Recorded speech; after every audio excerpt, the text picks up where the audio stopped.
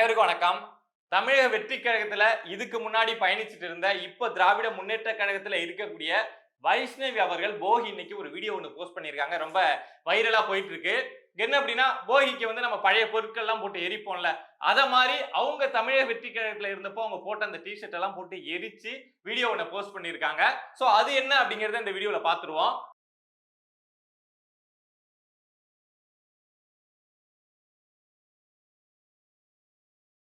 அதே மாரி திமுக அரசு வந்து அடிக்கடி சாதனை அப்படிங்கிறத பண்ணுவாங்க. திடீர்னு ஏதாவது ஒரு சாதனைய பண்ணுவாங்க. அப்படி இப்போ ஒரு சாதனைய பண்ணி விட்டுருக்காங்க. என்ன அப்படின்னா, பியூஷ் மனுஷ் இருக்கார்ல, திமுக உடைய தீவிர ஆதரவாளர். அவங்களுக்கு தான் சப்போர்ட்டா பேசுவாரு. தன்னை வந்து ஒரு பெரியாரிஸ்ட் அப்படின்னு தான் அவரையே அடையாளப்படுத்திப்பாரு. அவரே இப்ப கோவப்பட்டு என்ன ஸ்டாலின் இப்படி பண்றீங்க அப்படின்னு கேள்வி எழுப்பியிருக்காரு. அந்த அளவுக்கு இந்த திமுக அரசு ஒரு சம்பவத்தை செஞ்சு விட்டுருக்காங்க. அது என்ன அப்படிங்கிறதையும் இந்த வீடியோல பாத்துருவோம். பெரிய கூட்டிங்க ஒண்ணு. இந்த ஒரு திருட்டை வந்து அம்பலப்படுத்தி ஆகணும். மிஸ்டர் ஸ்டாலின் அவரோட பிளெக்ஸ் பேனர் அடிச்சுக்கிட்டாரு. ராஜேந்திரன் எம்எல்ஏ பிளெக்ஸ் பேனர் அடிச்சுக்கிட்டாரு பெருசா. ஏதோ இந்த ஏரியா அவங்க உருவாக்குன மாதிரி. ஃபர்ஸ்ட் விஷயம், இந்த பியூஷ் மனுஷ் இருக்காருல்ல, அந்த சம்பவம் என்ன அப்படிங்கறத சொல்லிடுறேன். இவர் வந்து 2012, 13 காலகட்டத்துல தான் தமிழ்நாட்டுக்கு நிறைய தெரிய வந்தாரு. இவருடைய பேர் அப்படிங்கிறது நிறைய அடிபட்டது.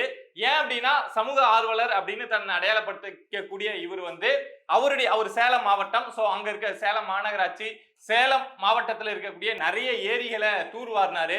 நீர் பராமரிப்பு அப்படிங்கிற விஷயத்துக்கு முக்கியத்துவம் கொடுத்து, சுற்றுச்சூழல் அப்படிங்கிற விஷயத்துக்கு முக்கியத்துவம் கொடுத்து நிறைய பேசினாரு. அவரு செஞ்சாருன்னா அவர் மட்டும் செய்யல. அங்க சேலம் மக்கள் குழு அப்படிங்கிற ஒரு குழு இருக்கு. இது போக அங்க சின்ன சின்ன குழுக்கள்லாம் இருக்கு. சோ அவங்களெல்லாம் சேர்த்து வச்சுக்கிட்டு அங்க இருக்கக்கூடிய மூக்கன் ஏரி, அம்மாப்பேட்டை ஏரி அப்படின்னு சொல்லிட்டு நிறைய ஏரியில தூர்வாரினாரு. அதுல அம்மாப்பேட்டை ஏரியில தான் இப்போ நம்ம திராவிட முன்னேற்ற கழகம் ஒரு சாதனை அப்படிங்கிறத பண்ணியிருக்காங்க. இந்த அம்மாப்பேட்டை ஏரி வந்து 2013 அந்த சுத்திகரிப்பு பணி தொடங்கி 2 வருஷம் அந்த ஏரியை சுத்தம் பண்றதுல மட்டுமே, அங்க உள்ள இருக்கக்கூடிய அந்த கிளீனிங் ஒர்க் மட்டுமே 2 வருஷம் நடந்திருக்கு. ஒட்டுமொத்தமா அந்த ஏரியோடைய வேலைகளை முடிக்க 7 வருஷம் நடந்திருக்கு. என்னப்பா ஒரு ஏரியை கிளீன் பண்ண 7 வருஷம் ஆகுமா அப்படின்னா, அரசு ஒரு ஏரியை கிளீன் பண்ணணும் அப்படின்னு நினைச்சதுன்னா அது 6 மாசத்துல, ஒரு வருஷத்துல ஒரு பெரிய ஏரியா இருந்தா கிளீன் பண்ணிட முடியும். ஆனா அங்க இருக்கக்கூடிய மக்களா சேர்ந்து, சேலம் மக்கள் குழு, அதுல இருக்கக்கூடிய நபர்கள்லாம் சேர்ந்து கொஞ்சம் கொஞ்சமா காசு சேர்த்து ஒரு பெரிய ஏரிய, ஒண்ணுமே இல்லாத சாக்கடை மாதிரி இருக்கிற ஏரியா, ஒரு நல்ல தண்ணி, மக்கள் அதுல கூச்சப்படாம கையை வைக்கிற அளவுக்கு, காலை வைக்கிற அளவுக்கு ஒரு நல்ல தண்ணியை கொண்டு வரணும் அப்படின்னா கண்டிப்பா 7 வருஷம் இல்ல, 10 வருஷம் கூட ஆகும். மொத்தம் 2,15,00,000 இந்த குழுக்கள் எல்லாம் சேர்ந்து அந்த ஏரியை சுத்தப்படுத்துறதுக்கு செலவு அப்படிங்கறத பண்ணிருக்காங்க. ரொம்ப மோசமா கடந்த ஏரி 2020 காலகட்டத்துல எல்லாம் ரொம்ப மரங்கள்லாம் நடப்பட்டு ஒரு நல்ல ஏரியாவே மாறிடுச்சு. சரிப்பா, இதுல திமுக என்ன சாதனை பண்ணிட்டாங்க? ஏதோ திமுக இதுல சாதனை பண்ணிட்டாங்கன்னு சொன்னியே, என்னப்பா சாதனை பண்ணிட்டாங்க அப்படின்னா சொல்றேன். 7 வருஷமா கஷ்டப்பட்டு ஒரு ஏரியை உருவாக்கி வச்சிருந்தாங்கல்ல, இப்போ அந்த ஏரியை திமுக வந்து குத்தகைக்கு எடுத்து வச்சிருக்காங்க. அதாவது சேலம் மாநகராட்சிக்குள்ள அவங்க கட்டுப்பாட்டுக்குள்ள அந்த ஏரியை கொண்டு வந்து அங்க 2 வீலர் நிறுத்துறதுக்கு 20 ரூபா, 30 ரூபா அப்படின்னு காசு வாங்க ஆரம்பிச்சிருக்காங்க. இது இல்லாம அது ரொம்ப பெரிய ஏரி, ஒரு 1.7 கிலோமீட்டர்ஸ் வந்து சுற்றளவு இருக்கக்கூடிய ஏரி. அந்த ஏரிக்குள்ள நிறைய மரங்கள் அங்கங்கெல்லாம் இருக்கு. அது வந்து பறவைகள் வந்து தங்கி போற ஒரு இடமா தான் அவங்க தயார் பண்ணிருக்காங்க. ஆனா இந்த திமுக அரசு வந்து அதுக்குள்ள போட்டிங் விடுறதுக்கு தனியார் கிட்ட அதை ஒரு கான்ட்ராக்டா கொடுத்துட்டாங்க. இப்போ அந்த ஏரிக்குள்ள போட்டிங் அப்படிங்கிறது விடப்படுது. யோசிச்சு பாருங்க, அங்க அந்த ஏரியாவில் இருக்கக்கூடிய மக்கள் நம்ம ஏரியாவில் இருக்கக்கூடிய ஏரி அப்படின்னு சொல்லிட்டு அவ்வளவு கஷ்டப்பட்டு ஒரு 7 வருஷம் 2,15,00,000 ஒரு குழுல வந்து கலெக்ட் பண்ணி ஒரு ஏரியை சுத்தம் பண்றதுன்னா எவ்வளவு கஷ்டமான விஷயமா இருக்கும், எவ்வளவு பேர் அதுக்குள்ள வேலை செஞ்சிருக்கணும் அப்படின்னு யோசிச்சு பாருங்க.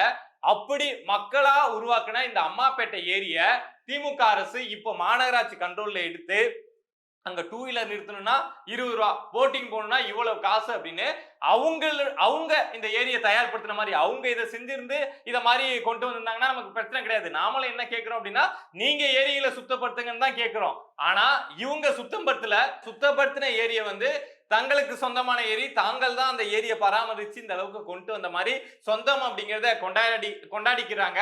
எந்த அளவுக்கு அப்படின்னா அந்த பேனரையே வச்சிருக்காங்க.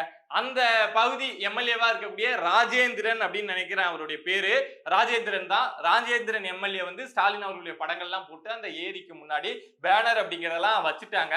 பொதுவா திமுக அரசு வந்து ஸ்டிக்கர் ஒட்டுவாங்க அப்படின்னு நமக்கு தெரியும். யாராவது செஞ்ச ஒரு சாதனை மேல ஸ்டிக்கர் அப்படிங்கிறது ஒட்டுவாங்க. இந்த ஏரி எல்லாம் இருக்கு அப்படின்னா ஏரியை துத்துட்டு அதை பிளாட்டா மாத்தி விற்பாங்க அப்படின்லாம் நமக்கு தெரியும். ஆனா இந்த முறை மக்கள் கஷ்டப்பட்டு மக்கள் உருவாக்குன அங்க அந்த சேலத்து மக்கள், அங்க இருக்கக்கூடிய அந்த சேலம் மக்கள் குழு, அம்மாப்பேட்டை பாதுகாப்பு குழு அவங்க உருவாக்குன ஏரிய தங்களுடைய சாதனை பட்டியல்ல இப்ப திமுக அரசு சேர்த்திருக்கு. இதுதான் திமுக அரசு செஞ்சிருக்கக்கூடிய சாதனை. நான் தான் சொன்னேன்ல, இவங்க திடீர்னு சாதனை பண்ணுவாங்கன்னு. இதுதான் அவங்களுடைய சாதனை. யாராவது பண்ண ஏதாவது ஒரு விஷயத்த, அதாவது புள்ள யாரோ பெக்கிறது, பேர் யாரோ வைக்கிறதுன்னு சொல்லுவாங்கல்ல, அத மாதிரியான ஒரு விஷயத்த இப்ப திமுக அரசு அந்த ஏரிக்கு பண்ணிருக்காங்க.